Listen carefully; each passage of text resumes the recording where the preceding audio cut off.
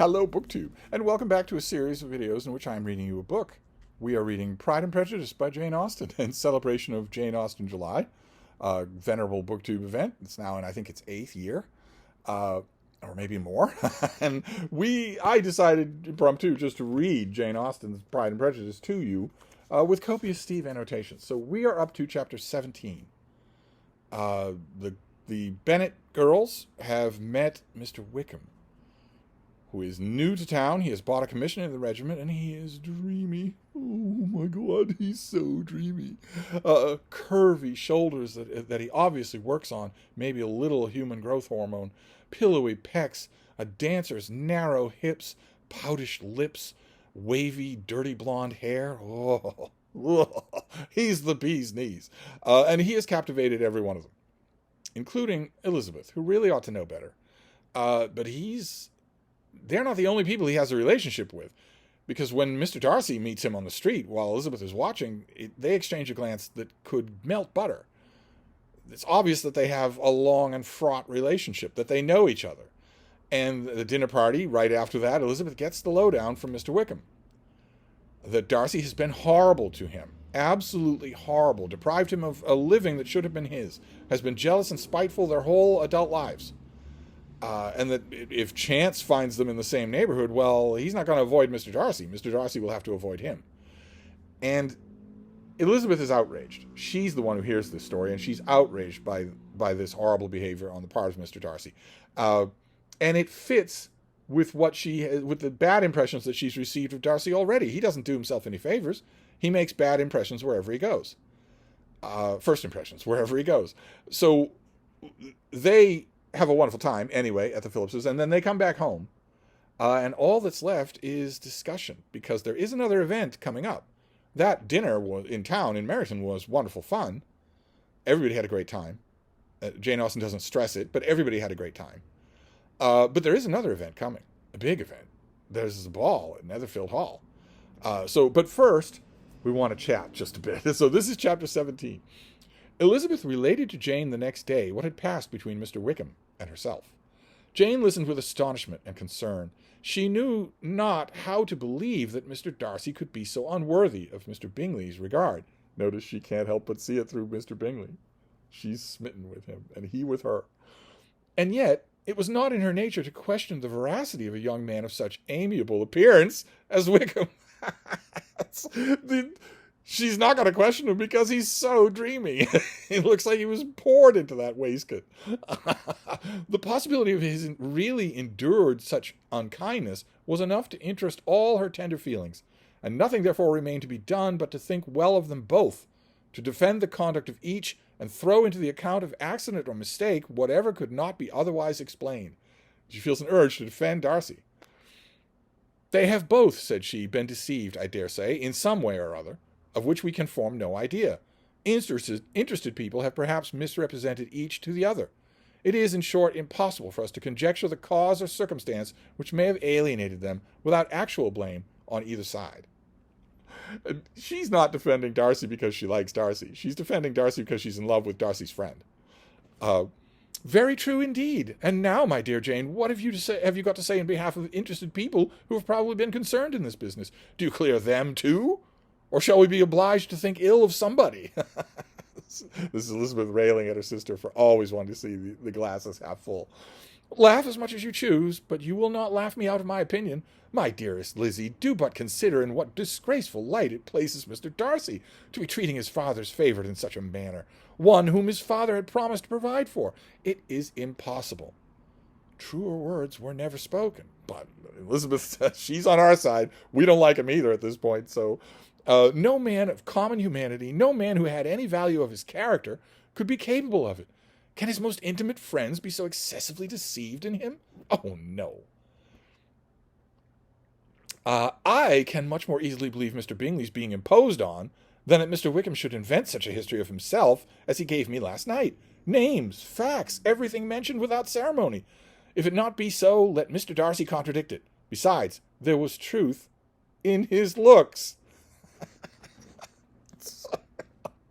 It just goes to show you the easy thing, the easy road that we attractive people have in life.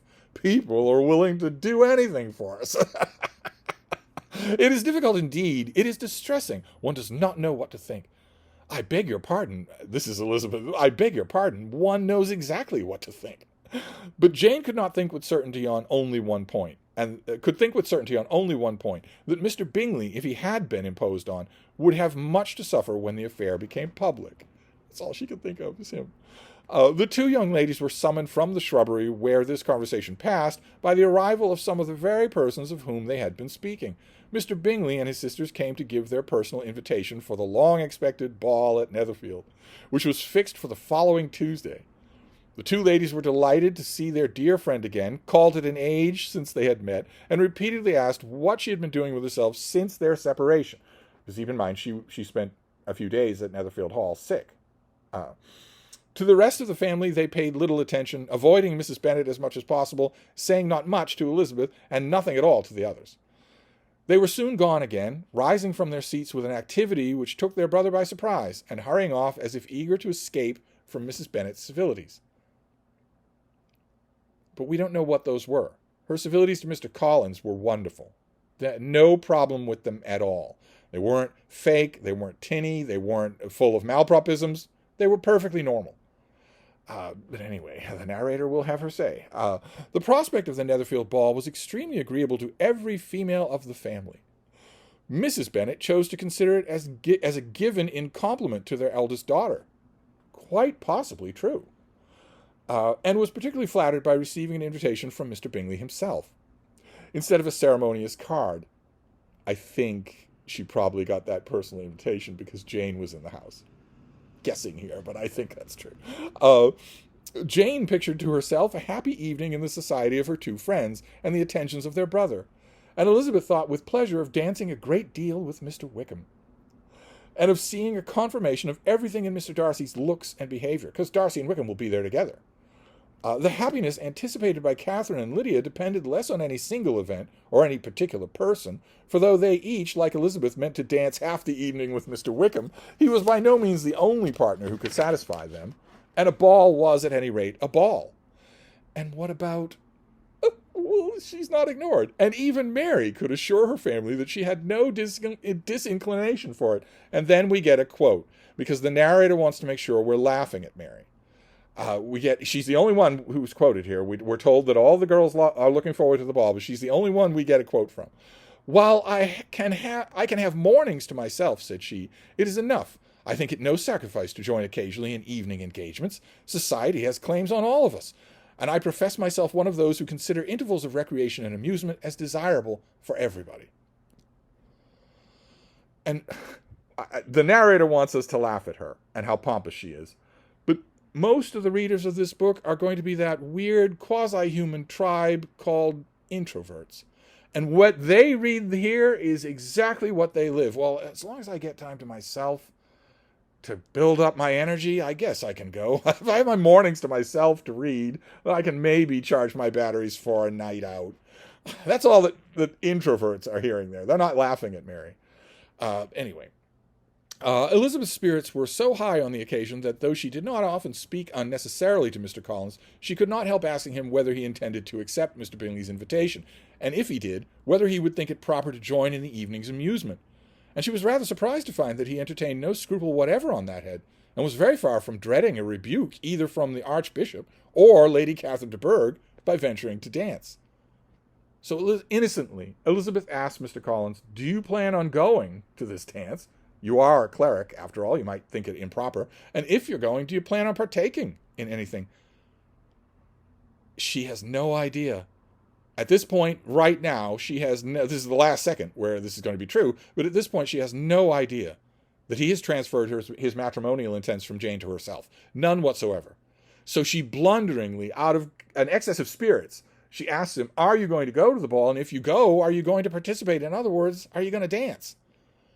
Little knowing that he is going to misinterpret that, and he proceeds to do that. "I am by no means of opinion, I assure you," said he, "that a ball of this kind, given by a young man of character to respectable people, can have any evil tendency.